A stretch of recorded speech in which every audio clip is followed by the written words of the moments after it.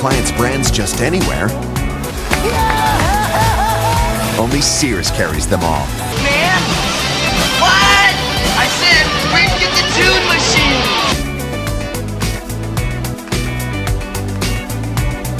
Sears stands behind every product they sell, no matter how small the purchase. We'll be there when you need it. You can trust us, you know that we can.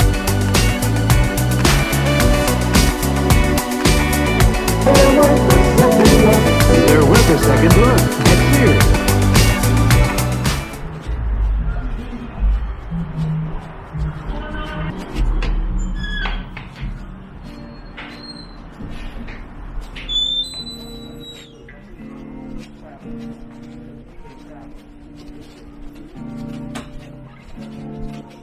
Hello everybody, welcome to another video. This is Sears at the Woodfield Mall, which originally opened in 1971 and closed in November of 2021. This store operated for almost 50 years and was one of the most important Sears stores in the entire company. Sears even helped develop Woodfield Mall. Like the wood part of Woodfield is named after former Sears chairman Robert Wood.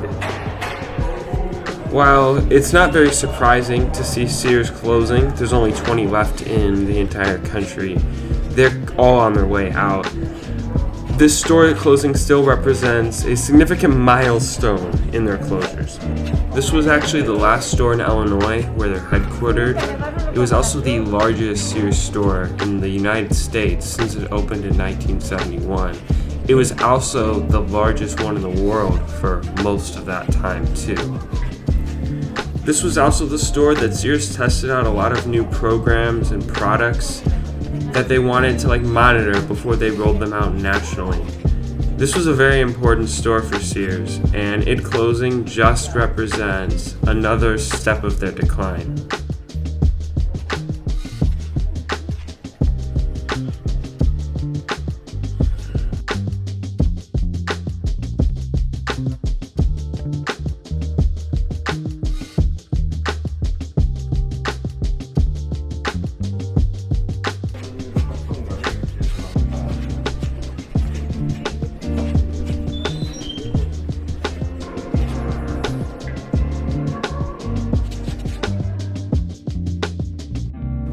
I swung by the store in the final 8 days, and then they had the area where the optical center was opened up, and it was trashed. I don't know, they just junked the whole space up with just stuff that they had no use for. For a while, this mini mall area sat empty. It was literally just the optical center, and it got so bad, even Luxottica pulled the optical center out of the few remaining stores that even had them. At that point, Sears was they had no idea what to use this space for, and they blocked it off.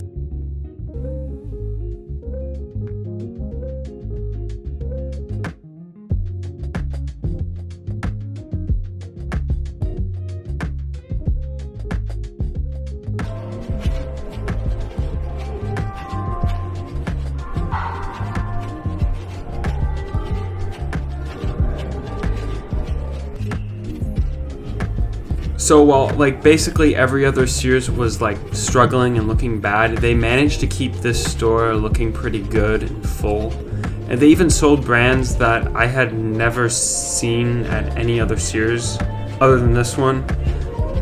Over the last 2 years, it really felt like Sears had given up on everything, and the racks became farther and farther spaced apart, and it just was never the same after the bankruptcy. The footage you're seeing was filmed in mid-September during the first weekend of the liquidation sale, and as you can see, they were already wiped. They only had 2 registers open throughout the entire store, and there was only 2 people staffing this one and the other one. It's like they didn't even want people to buy stuff.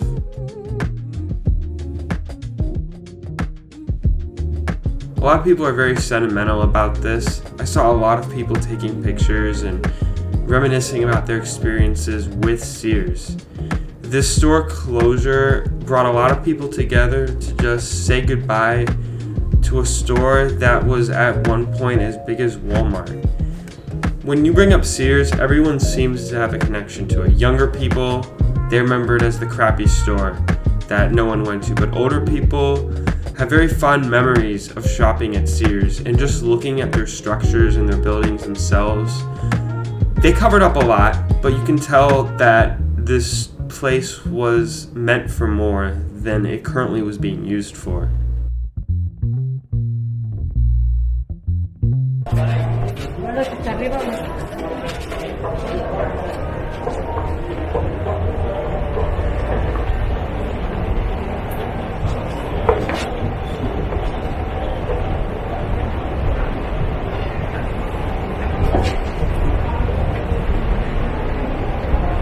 Upstairs is where the kids department was, and a very small selection of home goods.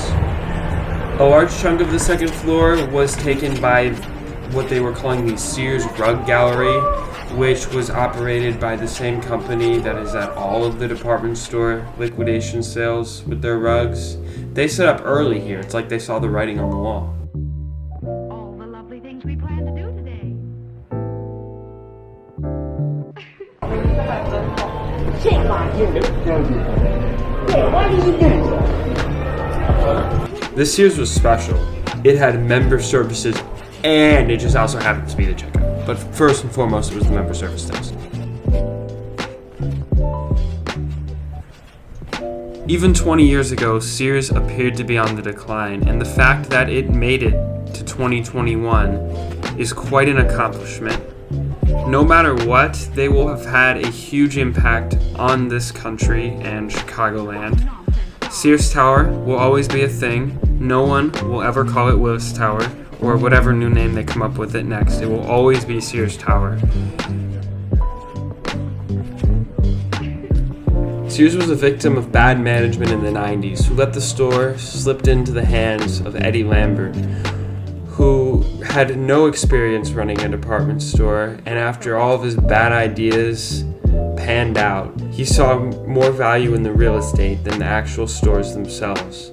Watching Sears collapse was a long and way too drawn out process that was very painful to watch. Private equity companies are destroying retail around America. They buy companies and don't even think about long-term goals. They try to make the quickest bang for their buck without even thinking about the communities that rely on these stores.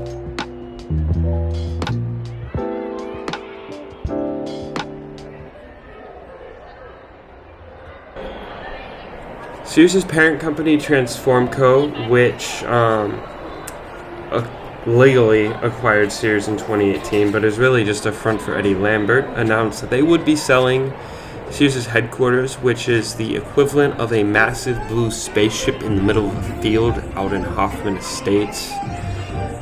It's just not really surprising. They've not been using the building that well for a while, so not at all shocking.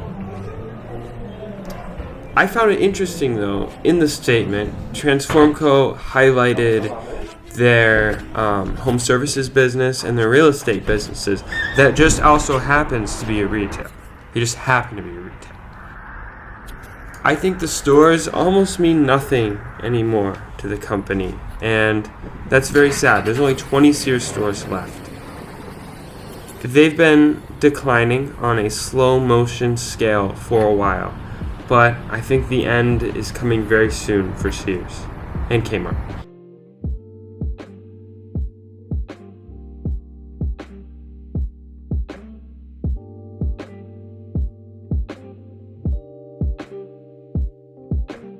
Even at the stores that are remaining open, they have shut down all of the remaining auto centers. So Sears Auto Center is also gone.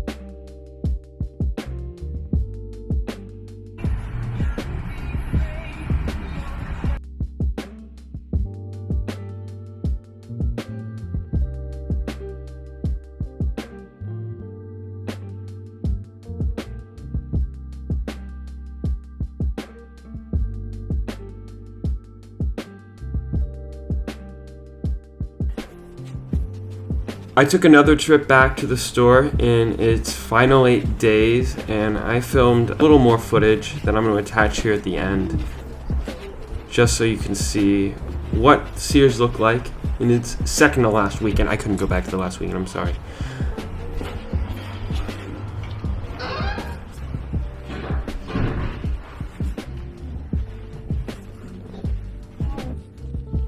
Things were just a little more empty and a little more depressing, but still Sears. They pulled random fixtures out of the back, and we're trying to get rid of those too, and they even had a small mannequin graveyard going.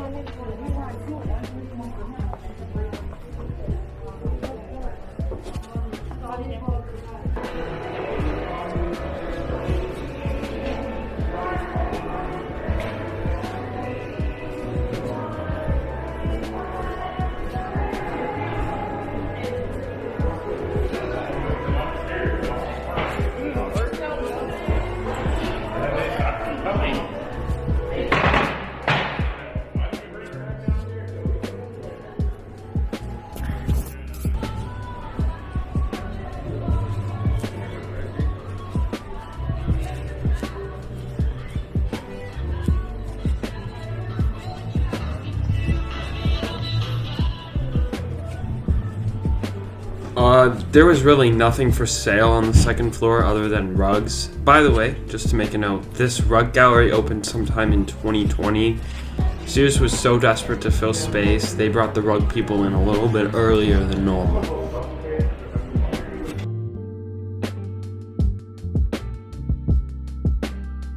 It feels really weird saying this, but this was my 19th and final store tour of a Sears or Kmart store. I think that it's really important to document the demise of these places. Think about all the people that once walked through here, shopped here, and spent their money here. It's quite a amazing thing to think about. This parking lot used to be full nearly every weekend, and this store has touched a lot of people's lives. So I think it's very important to document that, and I'd like to thank you guys all for watching these random videos about Sears and Kmart clothing. I really appreciate it. If you'd like to watch another video, there's 2 more on the screen now, and thank you.